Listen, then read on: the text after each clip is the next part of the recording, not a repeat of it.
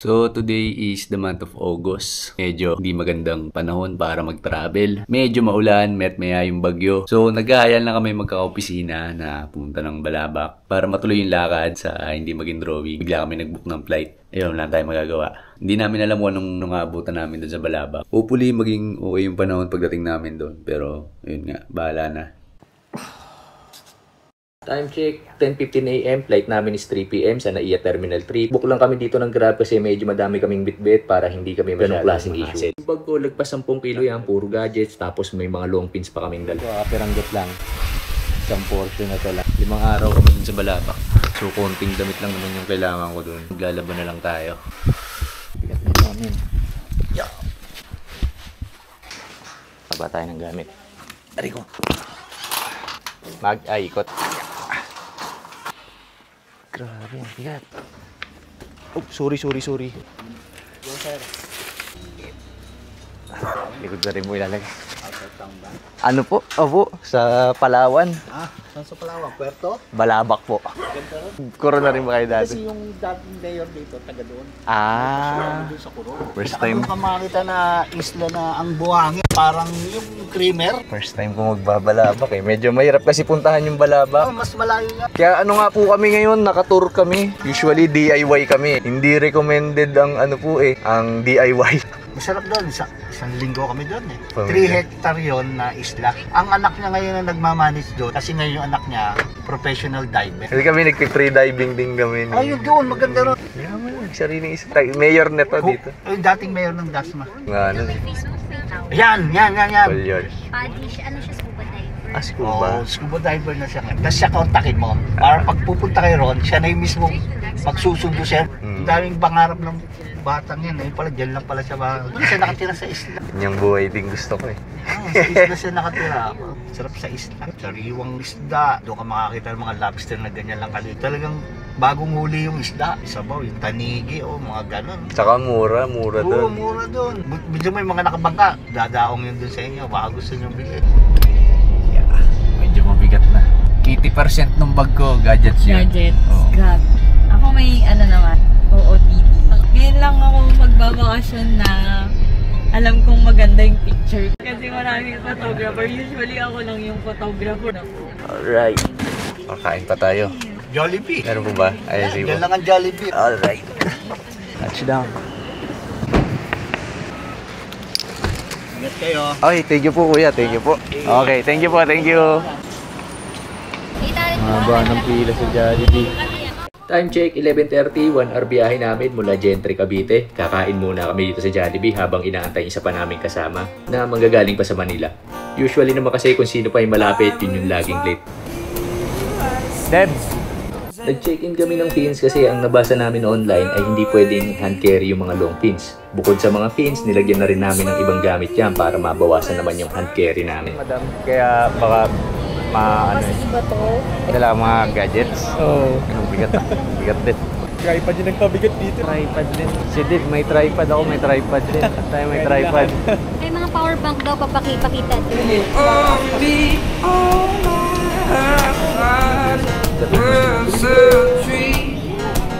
tayo.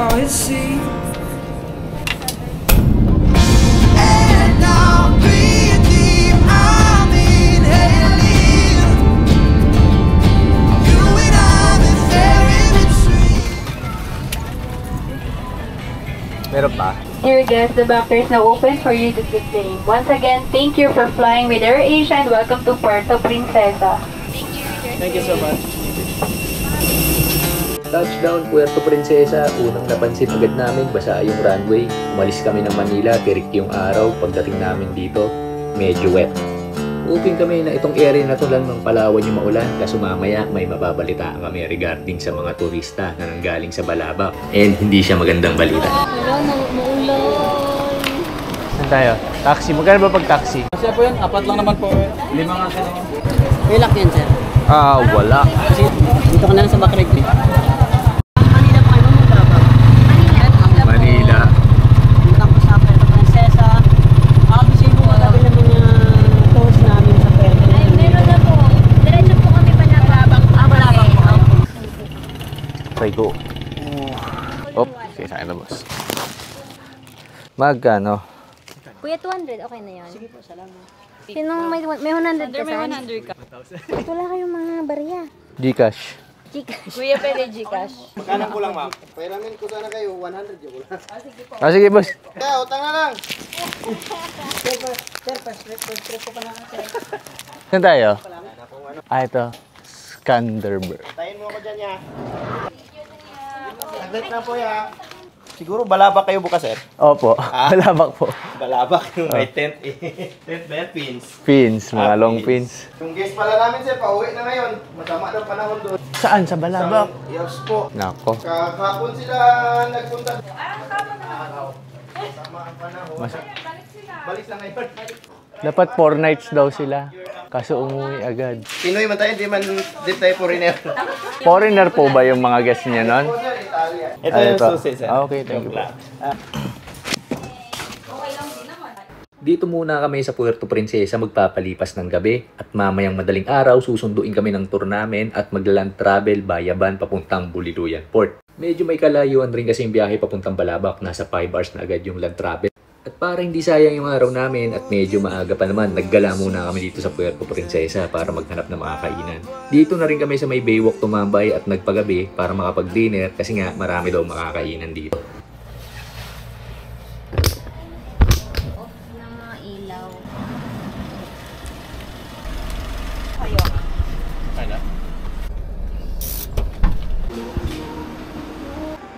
Hindi mo maintindihan yung parang may halong kasabay. Kaya delivery.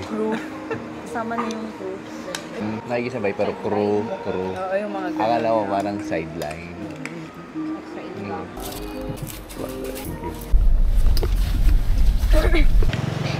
Time check, 7:51. Medyo makulim din. Touchdown Buliruyan Port. Magmula dito, magbabangka na kami papunta sa mga isla ng Balabak. At dito, simula na rin ang day 1 tour namin. Dadaanan namin ang Tangkahan Island kung saan kami magla-lunch, Patawan Island, and lastly, yung Siksikan Island kung saan kami magdi-dinner at mag-overnight. By the way, yung tour nga pala namin dito is si Camp Malaya Travel and Tours. And ang tour guide namin ay si Kuya Raymond. Isa sa pinakamabait na tour guide na nakasalumuha ko. Papalaan Island. So our travel time going there is 25 minutes. Di pa nga kami nakakalayo, nagparamdam na agad ang masamang panahon. Napakalakas na hangin at malalaking alon ng tubig. Tapos maya-maya, Diyan kay Bel, gutom na naman yan. Kasi Yung kisir yan. Hello ba? Eriko! Wow! Naku! Di pa ako ready! Eh, papatayuin ko na lang. One thing na napansin ko agad sa isla na to, kahit na maulan, ang linaw ng tubig. Hindi na siya masyado kita sa camera, pero ang ganda niya sa personal.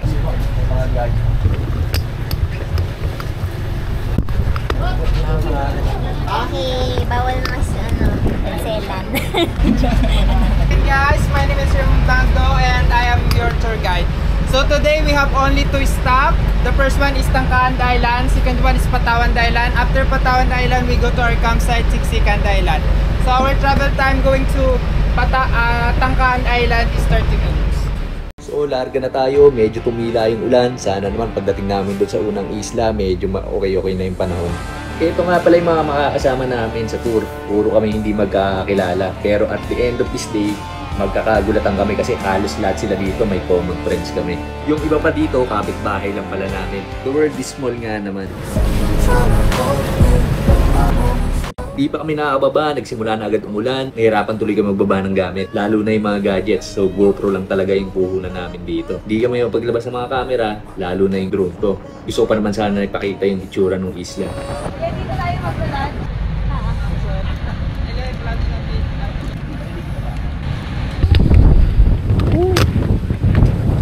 Ganda dyan ah.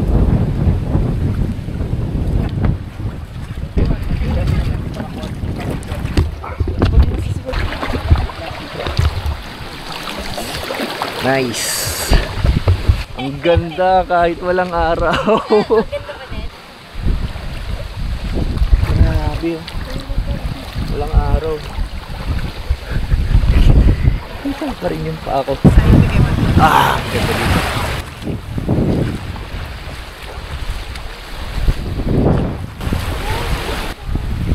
Grabe, no? Puti ng buhangin.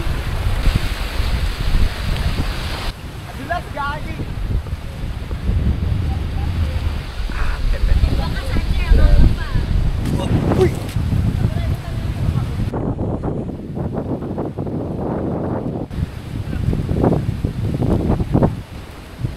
Sama yung pagpahapon pa umuulan eh. Sa puerto pa lang, alam mo na eh, hindi magiging magandang panahon. Tapos chinek namin sa net kanina, 80% precipitation daw sa Balabac. Hindi na rin talaga ako nag-expect na nagpapakita yung araw. Bukas sana mas okay yung panahon. 40% lang nakalagay. Norma Beach, Tangkahan Island. After na mahabang biyahe, magpapahinga na muna kami. Isa pa lang to sa 3 isla na papasyalan namin. Para sa mga magtatanong, may malinis na tubig dito, may CR na pwede mo gamitin, di balde, di tabo at di buhos ang inidoro.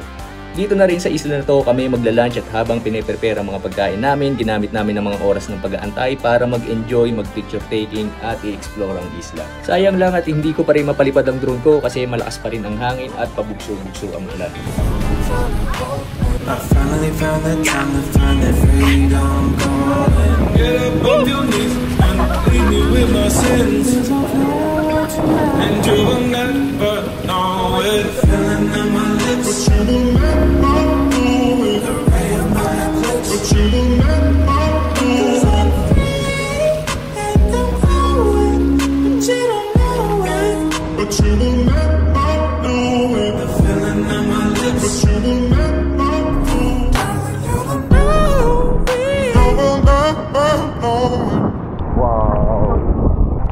Sa aming paggagala, may nakita kaming abandonadong kubo na mukhang haunted house. Tuwang-tuwa nga ako nung makita tong kubo na to. Naisip ko nga na konting linis lang, parang ang sarap na mag-overnight dito. Literal na buhay isla. Sabi ko nga sa sarili ko, magkaroon lang ako ng ganitong bahay sa isang isla, masaya na ako. Sasama mo yung pamilya mo dito, magbabanding kayo, malayo sa kabihasnan, walang katao-tao, tapos mag-i-spear fishing lang kayo. Yung vibes nga ng isla dito, parang yung sa pelikula ni Tom Hanks, Castaway. Tapos si Wilson na lang yung kulang. Unang islap lang, pero gandang-ganda na ako. Kitang-kita mo yung linaw ng tubig kahit maulan. Paano pa kaya kung maaraw, di ba? Time check, hindi ko na alam kasi nga masyado na kami nag-e-enjoy dito. Pero lunch break na namin. And dito nga magkakaroon na kami ng time kilalanin yung mga kasama namin sa tour. Dito may isang lalaki na kasama namin sa tour ang lumapit sa akin. At tinanong niya kung tiga saan ako. Meron daw kasi akong kamukhang tao, nakaklase niya way back nung college. Akala ko nung una nagbibiro lang si Tito, pero nung binanggit niya yung last name ng classmate niya, nagulat ako. Kasi family name namin yun. At nung binanggit niya yung first name, boom, pangalan ng tatay ko. Tatay ko po yun. Ano pangalan niya, sir? Benji. Classmate kami nung college. Kamukha ako yun. Grabe. Small world. College. Batchmate ng college. SBA dali. SBA. Grabe. Kamukha ko talaga. Sabi ko, nakita yung tayo. Parang mukha niya nung college. Uy, mukha ko ng college. Si Mike. Opo, tawagan ako mo mamaya. Taga, hindi po pala, taga pag... Opo. Quezon, Lucena po kayo galing. Surigao del Sur. Surigao. Akala ko taga Quezon sa Quezon, di ba? Opo, taga Quezon po. Sa ano po kami, sa Laguna po kami tumira. Sila pa nag-migrate sa UK. Marami na nakapagsabi na kamukha ko nga daw yung tatay ko. Pati nga yung mga kamag-anak namin, sinasabi, pati pagtawa at na-receive nakuha ko. Pero di ko lang in-expect na pati ibang tao na never ko pa na-meet, mapapansin yung pagkakahawig namin. Malakas. Ito na masayang camera bag ko. Hello mga Lodi. Palipat namin ng next island, second island. Patawan Island. Palipat na kami ng second island, ang Patawan Island. Medyo maulan pero kalmado pa naman ang dagat. Dito medyo nakakausap na namin yung mga kasama namin sa tour, unlike kanina na wala kaming tibuan.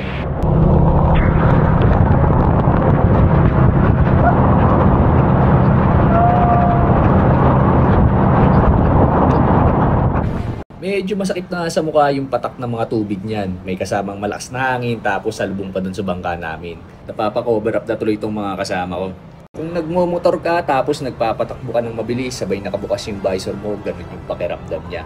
Wala naman kami nabalta ang bagyo pero ang sama ng panahon. Medyo kalmado pa kami ng mga oras na yan kasi wala namang malalakas na alon. Pero mamaya papunta sa pangatlong isla, mas malupit yung may experience namin.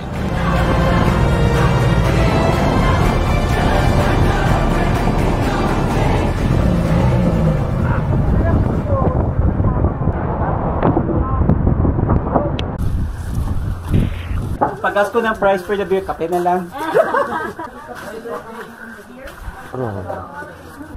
Patawan Island. I love Patawan. Oh, pwede mag-overnight dito.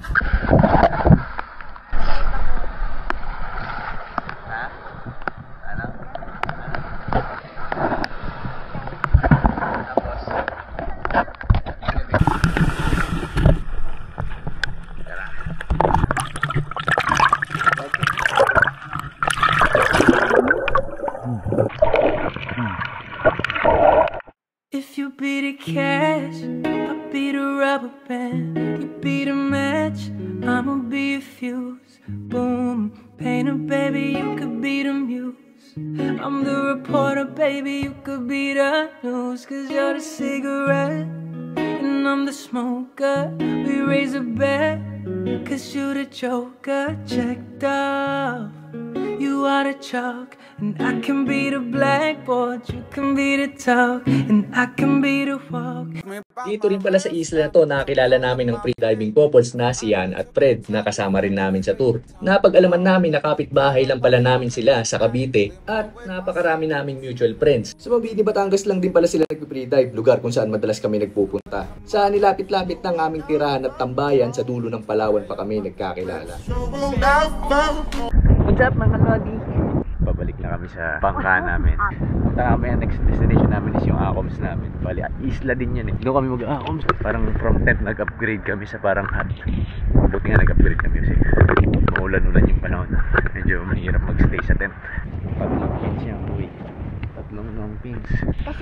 Papunta na kami sa third island namin, ang Siksikan Island, kung saan kami magdi-dinner at mag-overnight. Last boat ride na to for today, medyo kumalma ang ulan pero mamaya uulanin kami na parang may parating na bagyo sa kalagitnaan ng aming biyahe. Unlike kanina na may malalakas na hangin at napakasakit na patak ng ulan, mai-experience na rin namin dito yung mga malalaking alon.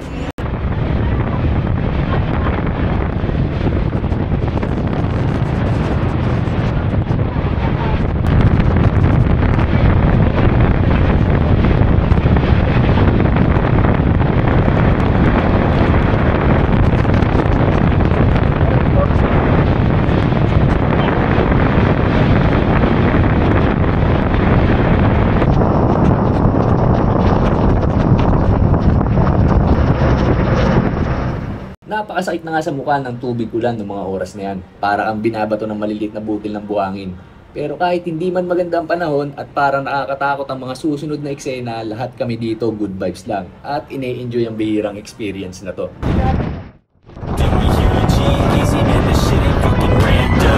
Not a DJ, but that motherfucker's handsome. About to be Darude and turn this beat into a sandstorm. About to switch it up and make this motherfucker transform.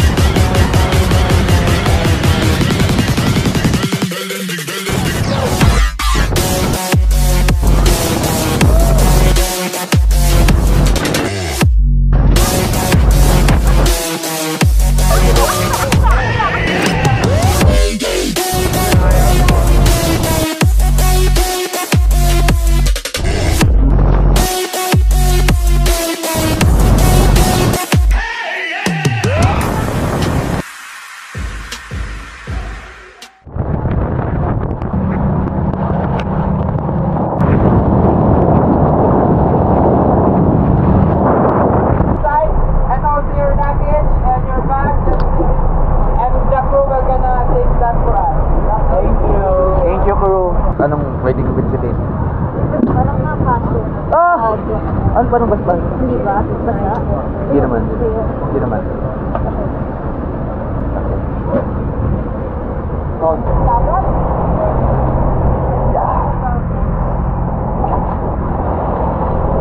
Kunin ko na lang muna sa iyan. Yung.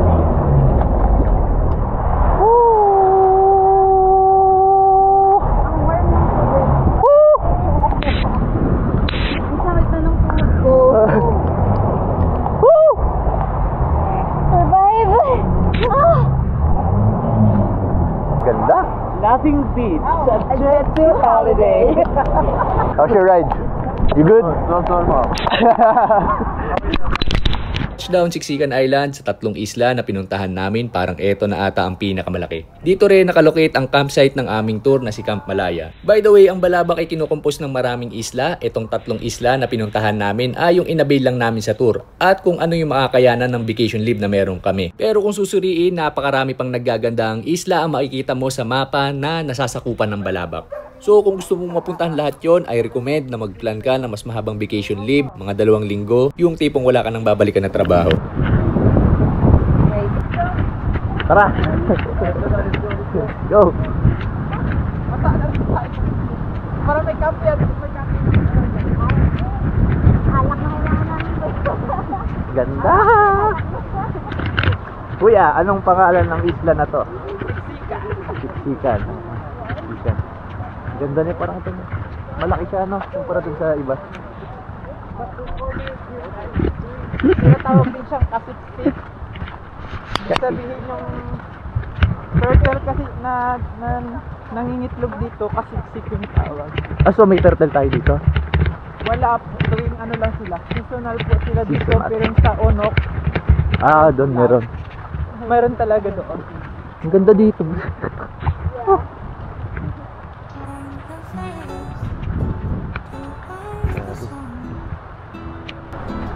The shadows fall behind you. All good in the hood. Dio. And the shadows will never find you. Please. Dito, naglakad na kami papuntang campsite. Hindi na kami nag-abala magpatila ng ulan kasi total basa na rin naman kami. Ang ganda pa rin nga ng vibe sa isla na to kahit maulan. Yung entrance pa lang, napakaraming coconut tree, parang yung coconut road sa Siargao. Pero ang pinakagusto ko kung isla. Siksikan. Ang mga bamboo niya. Bamboo. Coconut tree. Ayaw! Dito muna tayo dito. Woo! Woo! Ang ganda! Stay. I want you, I need you. Dinerator po. Dito po sa kabila. May may-ari ba ng isla na to? Ano po? Yung Parang private? Sanson family kasing may-ari. Ibig sabihin hindi lang po yung isang may-ari. Marami. Sa kanila to. So, itong mga nakatayo dito, puro sila na rin ano yan. Opo. Ito yung tent area. Parang hirap mag-isip. Pero kahit na bagyo po na ulan, hindi po mababa sa inyo. Kasi sa loob po. Sa loob nitong mga hut yung ano. Parang okay din, no? Yan. Kahit po magbagyo, hindi yan mababa. Ang laki niya kumpara dun sa mga ibang isla. Ito. Ayun! Mga tent. Tapos may kuryente naman. Saksakan. Camp Malaya. 13! Naiihina ako. Hindi Naiihina ako dyan sa beach. Lulub-lub muna ako. Yes, aray ko.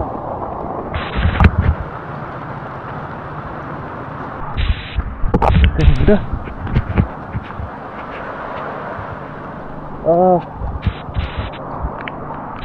Sarap magbakasyon dito.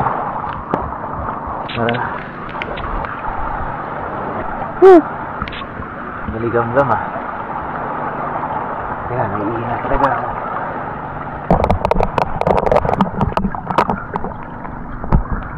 Napakapayapa. Munti na tao. Hindi ko alam kung dahil ba na nataon lang. Ano kasi ngayon Thursday, weekdays ngayon, tapos tag-ulan pa. So baka kaya siguro wala talaga mga tao ngayon dito. Either way, ang ganda ng araw ng punta namin dito. Kahit maulan. Ang ganda niya tingnan kahit maulan. Ano naman, well, ang sarap niya sa mata.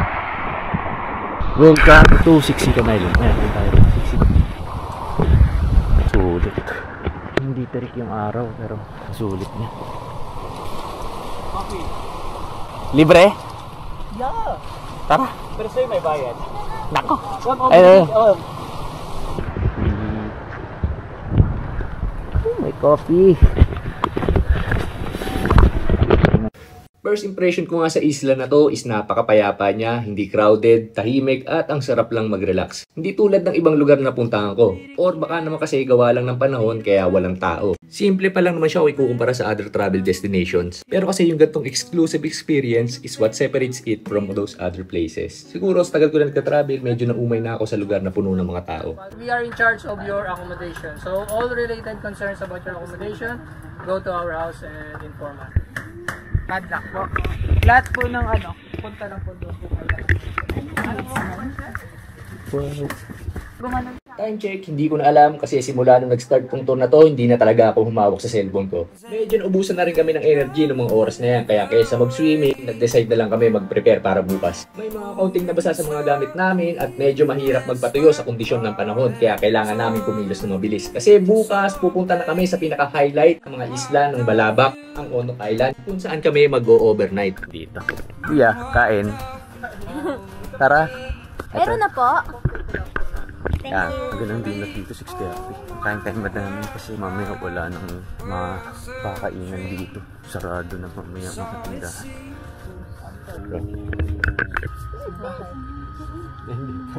Gigising ka na lang bukas. Tandalin ba natin lahat sa Onok? Lahat nagpe-pray sila. Lahat mag-overnight ni guys sa Onok. Ay, nagpe-pray sila. Ay, di ba? Kasi naman. Dito ko na muna tatapusin tong video na to kasi medyo mahaba na. Kita-kits na lang tayo sa Onok. If you be the cash, I'll be the rubber band. You be the match, I'ma be a fuse.